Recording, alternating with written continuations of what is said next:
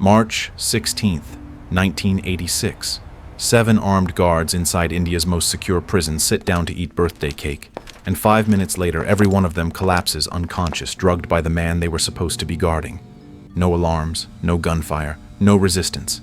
He steps over their bodies, unclips the keys from a belt, and walks calmly out the front gate of Tihar prison, a fortress built to hold terrorists, cartel bosses, and men who never leave alive. Within hours, India locks down its airports, highways, and borders. Interpol issues a global alert. Thailand demands his immediate extradition. The world is told a serial killer is on the loose. And then 3 weeks later, the story takes a turn so absurd it sounds fictional.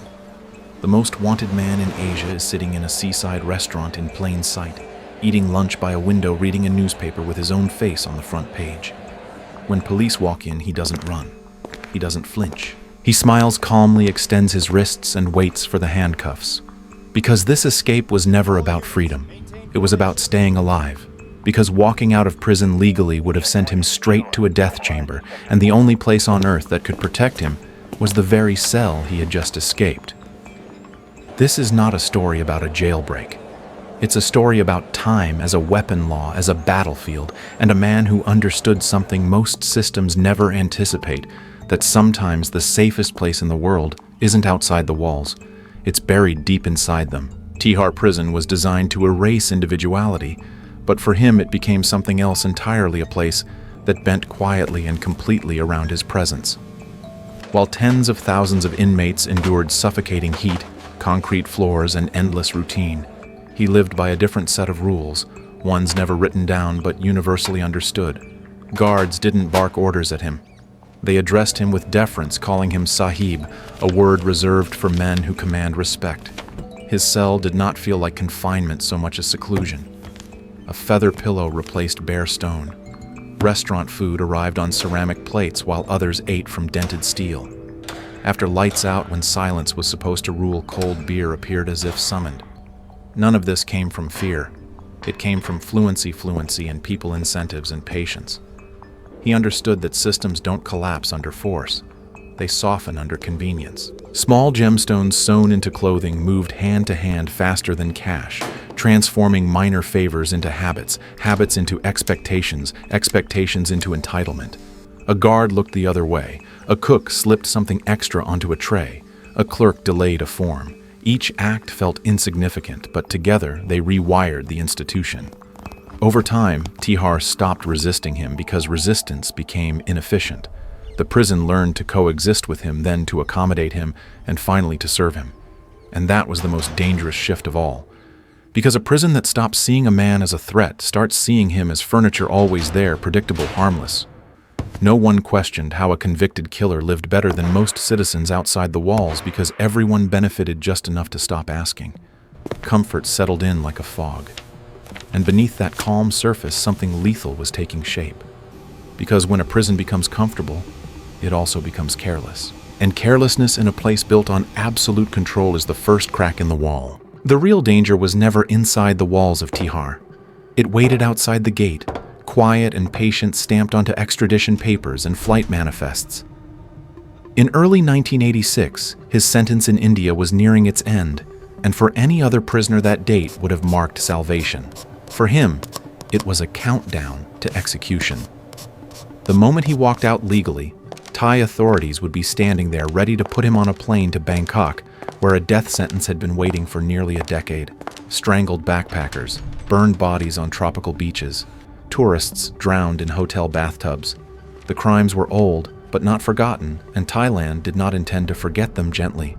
Yet buried inside that certainty was a weakness almost no one noticed: time.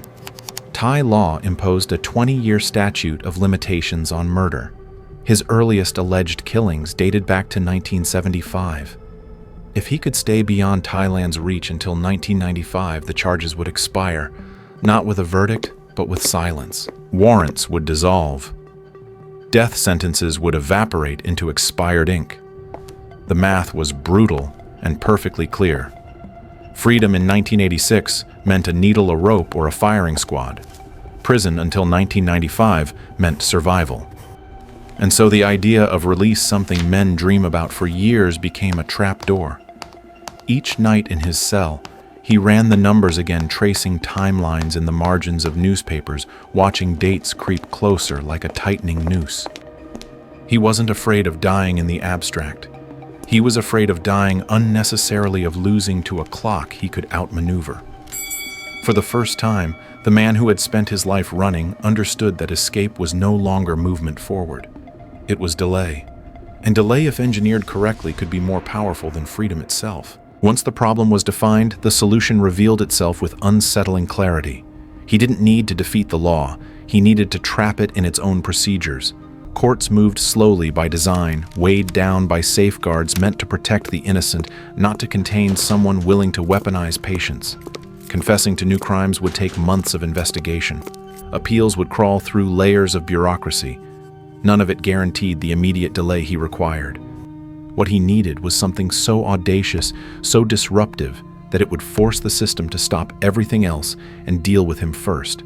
Something that generated charges, headlines, public outrage, and years of legal entanglement all at once.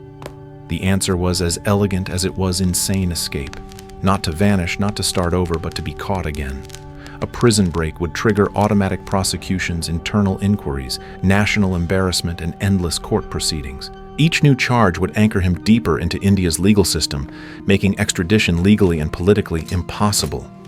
Every day spent fighting those cases would be another day Thailand's clock kept ticking toward expiration. This wasn't a gamble born of desperation. It was a calculation. He understood that law enforcement responds fastest to violence, but violence also compresses timelines. He needed spectacle without bloodshed, disruption, without death. The crime had to be serious enough to demand attention, yet controlled enough to avoid international escalation. In his mind, the escape itself wasn't the climax, it was the paperwork that followed. The handcuffs would come later, and when they did, they would seal his victory. Because once the system arrested him again, it would be forced to keep him. And in that forced custody, wrapped in filings, hearings, and delays, he would find the one thing freedom could never give him: time. Violence would have ruined everything. Gunshots invite urgency, and urgency collapses timelines. He needed silence control and deniability, an operation that felt almost gentle while dismantling a fortress from the inside. The weapon he chose was chemistry, not brute force. Over several months, sedatives entered the prison through the same quiet channels that had always served him favors: packages, overlooked inspections. Pills arrived, hidden in book spines, labeled as vitamins, passed along by guards who had stopped asking questions years ago. Alone in his cell, after midnight he crushed tablets into fine powder, testing solubility, adjusting ratios with the patience of a technician rather than the impulse of a criminal. The margin for error was razor thin. Too little and armed guards would remain conscious long enough to trigger alarms. Too much and a stopped heart would transform a calculated assault into murder, accelerating everything he was trying to delay. To be certain, he tested the mixture on a stray animal, watching the clock as the body slumped, the breathing steadied, and hours later, life returned unharmed. It worked. The delivery system had to feel harmless, even celebratory. He chose Indian milk sweets, dense, rich, saturated with clarified butter, perfect for masking bitterness and dissolving powder without a trace. Hospitality became the final layer of camouflage. A birthday party sounded innocent. Gratitude disarmed suspicion. No one questions generosity from a man they believe they understand. As the date approached, he wasn't anxious. He was calm, almost detached. The real danger wasn't whether the plan would work, but whether the system would notice it unfolding.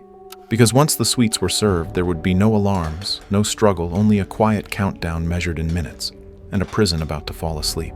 Late afternoon light filtered through the barred windows of Block B, softening the concrete just enough to make the scene feel almost normal. Paper streamers hung from exposed pipes. A hand-painted banner wished him a happy birthday. 7 guards stepped into the cell one by one, relaxed, joking, disarmed not by force but by familiarity. Cake was cut.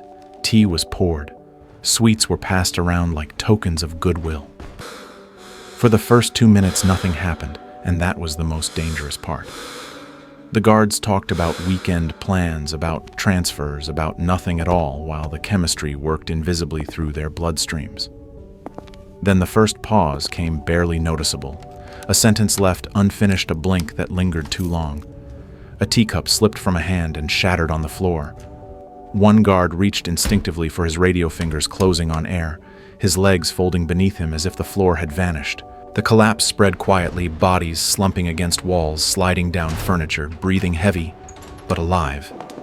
In less than 5 minutes, 7 armed officers lay unconscious, the most secure prison in India, neutralized without a sound.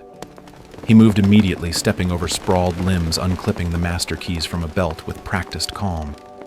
An accomplice gasped in disbelief, and a single glance silenced him. This wasn't the moment for awe, it was the moment for precision.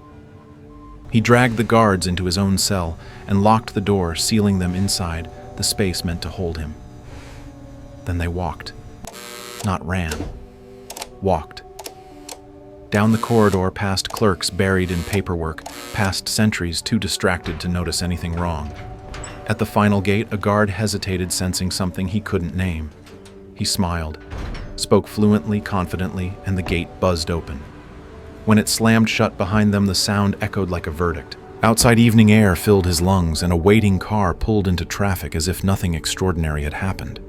Behind them, an empire of concrete slept, unaware it had already failed. The manhunt ignited exactly as he expected, loud and sprawling, designed to reassure the public rather than to find him quickly.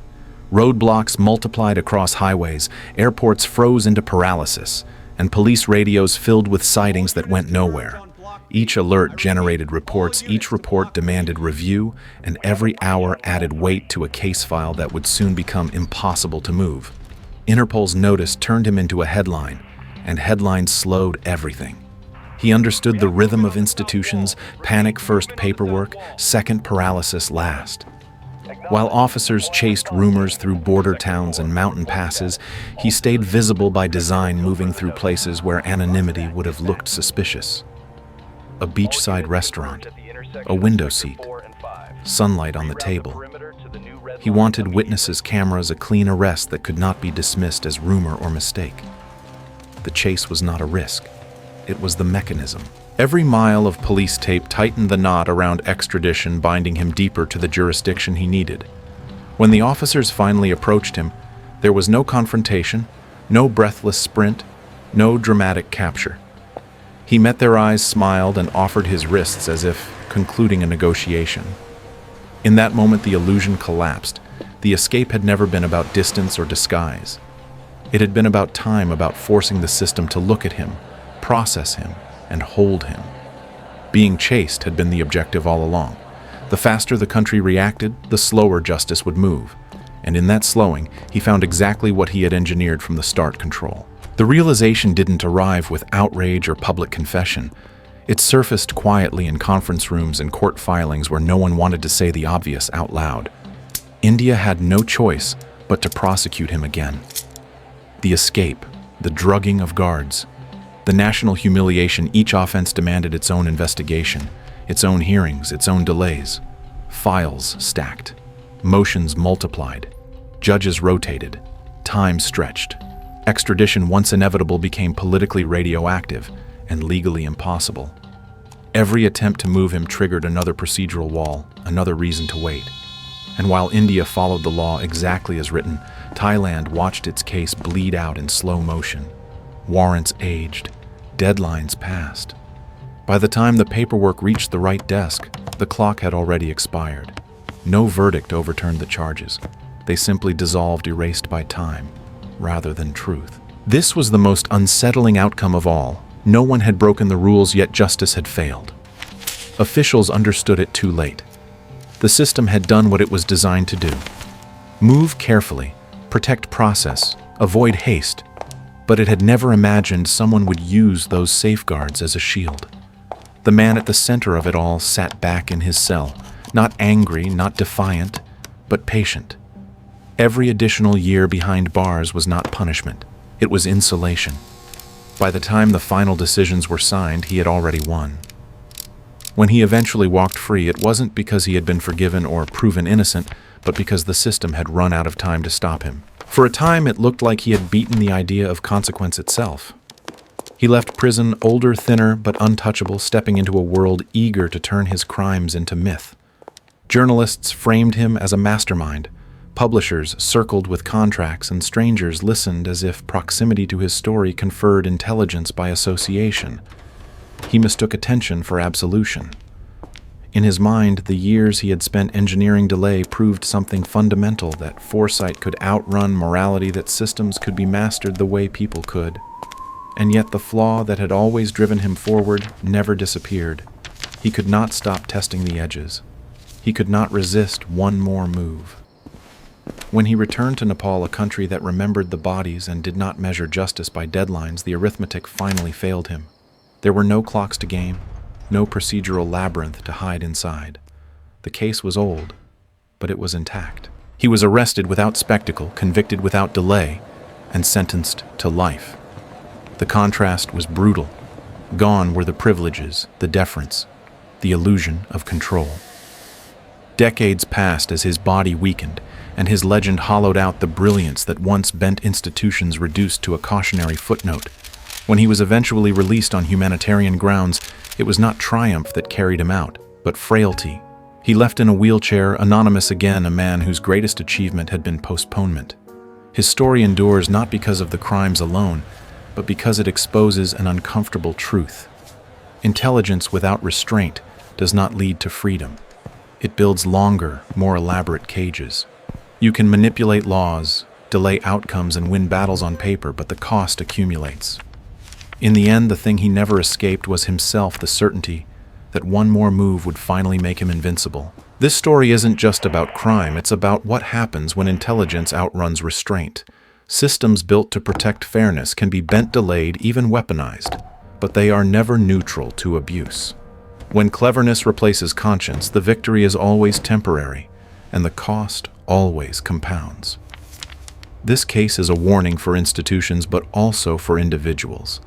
Mastery without limits doesn't create freedom. It creates longer detours back to the same ending. If this story made you think differently about power, control, and consequence, support this work by liking the video, sharing it with someone who enjoys deep investigative stories, and subscribing for more true crime documentaries that go beyond headlines and ask harder questions.